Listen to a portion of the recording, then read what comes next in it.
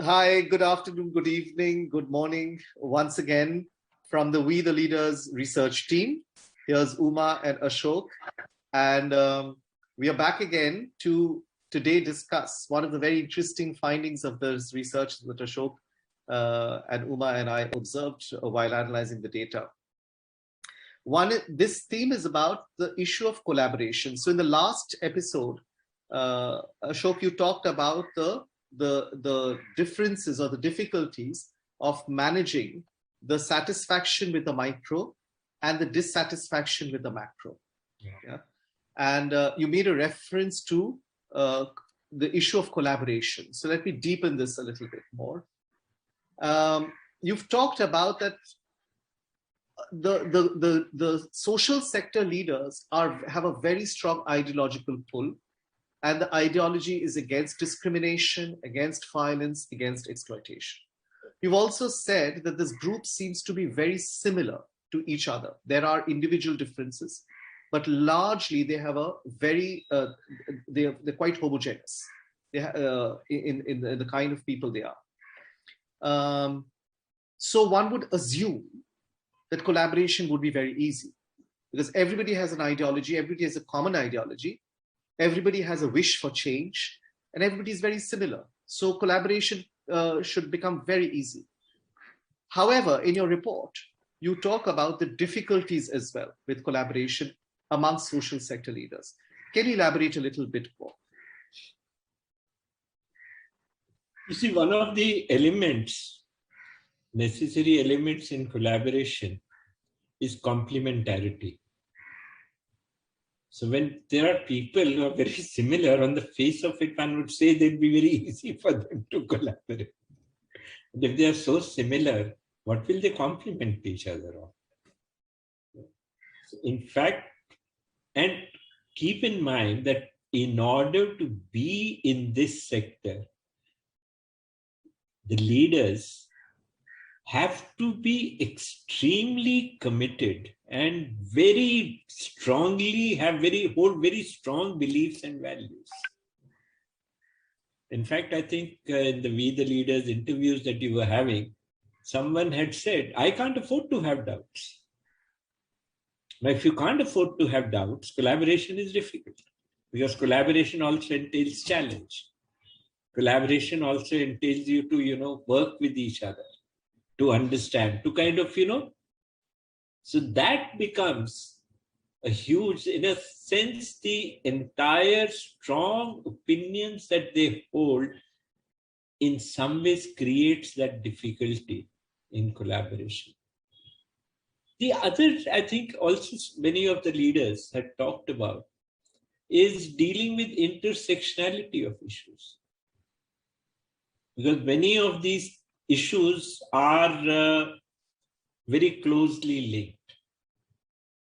Now, when they're very closely linked, they impact each other.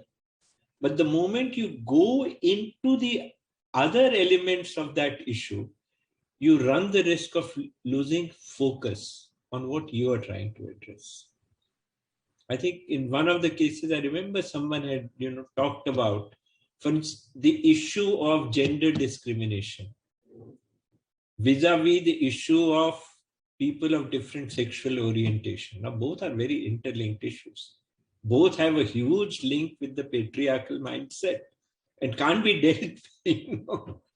Now, if they were to come together, right, it becomes an important force. But the difficulty arises that if I'm working in gender discrimination, I do not want to be detracted. I also have a thing in terms of, lest my thing is misunderstood, etc. I have created a space. I don't want to take risk all that. So I run the risk of losing a certain focus. So while on one hand, the need for collaboration, because many of them directly or indirectly talked of a certain loneliness. Many of them express the need for a space where they can share what their struggles are, what their dilemmas are, what their difficulties are, So there was a certain loneliness. So there is a pull for collaboration. But there are also all these other associated difficulties. So one of the, what is almost sounds paradoxical is that while ideology can be the glue for people to come together, the ideology also becomes a repellent because ideologies compete. And I've heard respondents talk about, for example, that I work with the Dalit community and I've been working around issues of bonded labor of the Dalit community in a particular context. But now, let's say, there has also been migration, and migrant communities from other states are being also deployed as in servitude or various kinds of exploitation. But does my organization now expand and change focus to look at that migrant community, because that context is a little different? So where do I focus on, and where does my loyalty lie? For people who are leaders who are very strongly guided by ideology, then will also, and while everybody may have empowerment at the end of as a goalpost, but people may have different beliefs in terms of what's that pathway to that empowerment may be. And over there, if I have a very strong conviction to that, saying that, well, this is the way, for instance, if somebody says that, no, at this point of time, if I'm working in a community that is extremely vulnerable to exploitation through migration, then I must focus on building resources in my home community so that people find employment over here and they don't feel forced to migrate, as opposed to somebody else saying, but in the larger scheme of things, in the globalized world today, migration is inevitable. So one has to look at a different solution. So that what you're saying is that conversation feels almost threatening, saying that if I have to enter into a dialogue with you on our differences, I run the risk of getting detract from what I started with and my beliefs and my ideologies and convictions. What is also interesting is these, in this sector, networks and consortiums for a larger impact, that's the way to go. Everybody says that, it has to be a collective impact. So the focus and the working as a consortium is imperative. It's almost like mandated. Everybody believes in it. But there are jokes about, social impact leaders and their networks and alliances. And so I think this is a very, very important point, because how do you work in networks, consortiums, and collaborative spaces without feeling, even when there is differences in ideologies or intersectionalities, focus, purpose, if there are slight differences, how do you hold that within collaborative spaces of networks and consortiums? I think it's a very, very useful conversation to have. In fact, one of the respondents actually said this very clearly, that, and like Ashok picked up, that there is a need for space for sharing and collaboration. However, there is also concerns about safety. And organizations also are, social impact organizations, this is not a very resource-rich sector. So they are also competitors with each other for funding. Absolutely. Right. And therefore, how do I find that safety to even be vulnerable to express my dilemmas, to collaborate on questions for which I don't have the answers. So that becomes a difficulty in collaboration.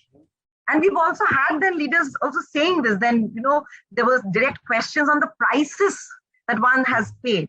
There are lots of payoffs of the collaboration, but what you were saying, Roop, and what Ashok was also saying, there were certain leaders also spoke about the prices that one has had to pay when one has become a part of these collaborative networks or spaces of collaboration, and where one has felt that I have lost my focus, I have lost my voice, I have lost my identity, my ideology is getting consumed by the network, the louder voices in the network, and making one feel so lonely even in network spaces.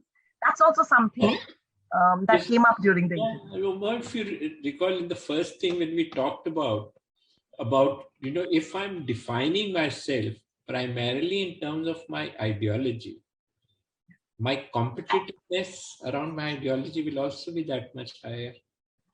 I'll be that much more competitive about, either my ideology or my adherence to that ideology. That, my commitment to the ideology is stronger than. So actually, I derive a lot of my self-worth, so all kinds of processes are at play here. The other implication of this is there will be difficulty between between compromise and the feeling of I've betrayed my belief, I've betrayed my ideology. So absolutely. Compromise is very often likely to trigger feelings of betrayal. That's right. See, if I was to put this together, to me, one of the central things is in collaboration is admission of doubt.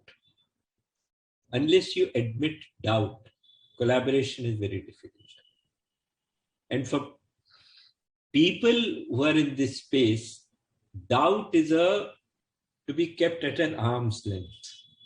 Because if you admit doubt, then your conviction to act, it takes a huge amount of courage and resilience to act in the way they do. So the doubt is, so this ambivalence towards doubt, I think is very significantly impacts the processes of collaboration.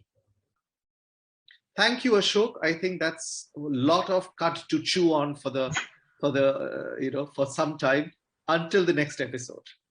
And we'll be back.